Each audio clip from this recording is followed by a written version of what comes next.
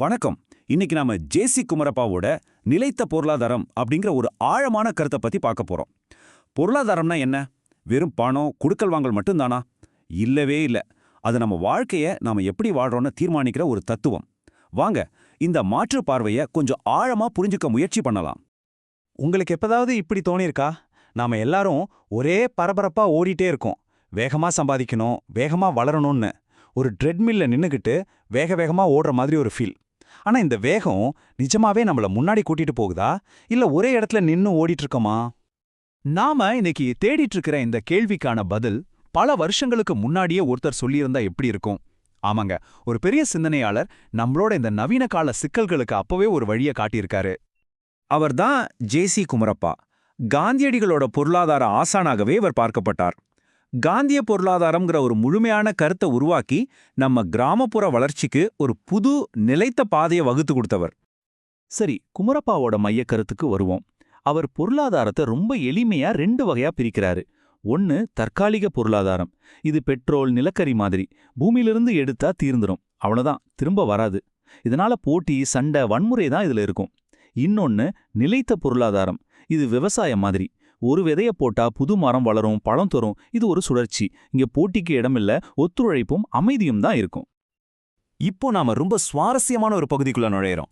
குமரப்பா மனிதர்களோட பொருளாதார நடவடிக்கைகளை இயற்கையோட ஒப்பிட்டு 5 நிலைகளா பிரிச்சு விளக்குறாரு. வாங்க, இதுல நம்மளோட பொருளாதார வாழ்க்கை முறை எந்த நிலையில இருக்குன்னு நாமளே தெரிஞ்சுக்கலாம். முதல் நிலை பொருளாதார நடவடிக்கைகளிலே இதுதான் ரொம்ப அடிப்படையானது, ஒட்டுண்ணி பொருளாதாரம். இத புரிஞ்சிக்க புலி ஒரு நல்ல உதாரணம். புலிக்கு பசிச்சா என்ன பண்ணும்? இன்னொரு உயிரை கொன்னு சாப்பிடும். அது புதுசா எதையும் உருவாக்காது, அழிக்க மட்டும்தான் செய்யும். நம்ம மனிதர்கள்ல உழைக்காம அடுத்தவங்களை ஏமாத்தி வாழ்றவங்க, கொள்ளையடிக்கிறவங்க, இவங்க எல்லாரும் இந்த ரகம்தான். அடுத்த நிலை இந்த ஒட்டுண்ணி பொருளாதாரத்தோட ஒரு தந்திரமான வடிவம்னு சொல்லலாம். அதுதான் கொள்ளை பொருளாதாரம். இதுக்கு நிறைய உதாரணமா எடுத்துக்கலாம். நரி நேரடியா புலி மாதிரி தாக்காது, ஆனா தந்திரமா சுரண்டும். பெரும்பாலும் சட்டத்தோட எல்லைக்குள்ள இருந்தே சுரண்டது தான் இதோட ஸ்டைலு.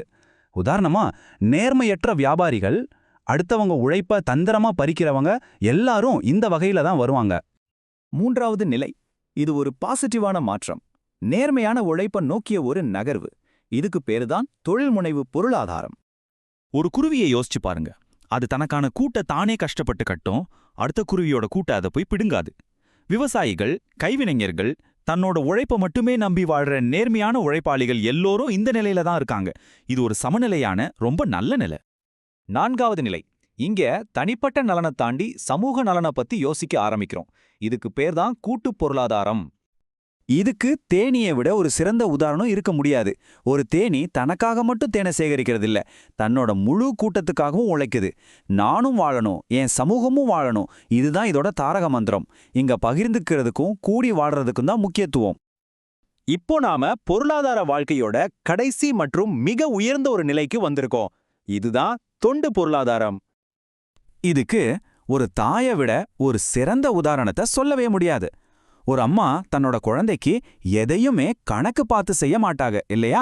எந்த ஒரு பிரதிபலனையும் எதிர்பார்க்காத தியாகமும் சேவையும் தான் இதோட அடிப்படை. சொல்லப்போனா இதுதான் பொருளாதார நடவடிக்கையோட உச்சக்கட்டம்.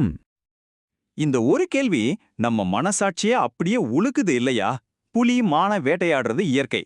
ஆனா ஒரு மனுஷன் இன்னொரு மனுஷனை வேட்டையாடி சுரண்டறதுக்கு பேரு பொருளாதாரமா? இது சரியா? இத பத்தி நாம நிச்சயமா யோசிக்கணும்.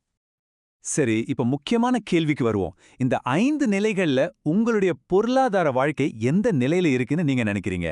நீங்க ஒரு புலியா, நரியா, குருவியா, தேனியா, இல்ல ஒரு தாயா? உங்களை நீங்களே ஒரு நிமிஷம் கேட்டு பாருங்க. இந்த பழைய கருத்துக்கள்லாம் இந்த நவீன உலகத்துக்கு எப்படி பொருந்தும்னு நீங்க கேட்கலாம். ரொம்ப பொருந்தும். வாங்க, இதோட முக்கியத்துவம் என்னன்னு இப்ப பார்க்கலாம். நாம இன்னைக்கு தேடிட்டு இருக்கிற அந்த ஒர்க் லைஃப் பேலன்ஸ், மன அமைதி, இது எல்லாத்துக்குமான பதில் இதுல இருக்கு. எது நம்மளோட உண்மையான தேவை, எது விளம்பரங்கள் மூலமா உருவாக்கப்பட்ட ஆசைன்னு பிரிச்சு பார்க்க இது நமக்கு கத்துக் கொடுக்குது. கண்மூடித்தனமா எல்லாத்தையும் வாங்குற இந்த நுகர்வு கலாச்சாரத்துக்கு இது ஒரு சரியான மாற்று வழி. அப்போ இந்த நிலைத்த பொருளாதாரத்தை நோக்கி நகர நாம என்னதான் செய்யணும்? ரொம்ப சிம்பிள்.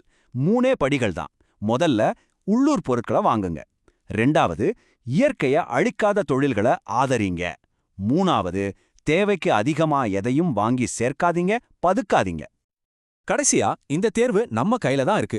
நம்மளோட உழைப்பும் சம்பாத்தியமும் ஒரு புலி மாதிரி அடுத்தவங்கள அழிக்கிறதா இருக்கணுமா, இல்ல ஒரு தேனீ மாதிரி எல்லோருக்கும் பயன்படுற ஒரு கூட்டா இருக்கணுமா, இதை நாம தான் முடிவு பண்ணணும். இந்த கருத்துக்கள் உங்களை சிந்திக்க வச்சிருந்தா மறக்காம லைக் பண்ணுங்க. விவசாயம் மற்றும் இயற்கையை நேசிக்கிறவங்க நண்பர்களுக்கு ஷேர் பண்ணுங்க. மீண்டும் ஒரு பயனுள்ள சிந்தனையோட சந்திக்கலாம். நன்றி, வணக்கம்.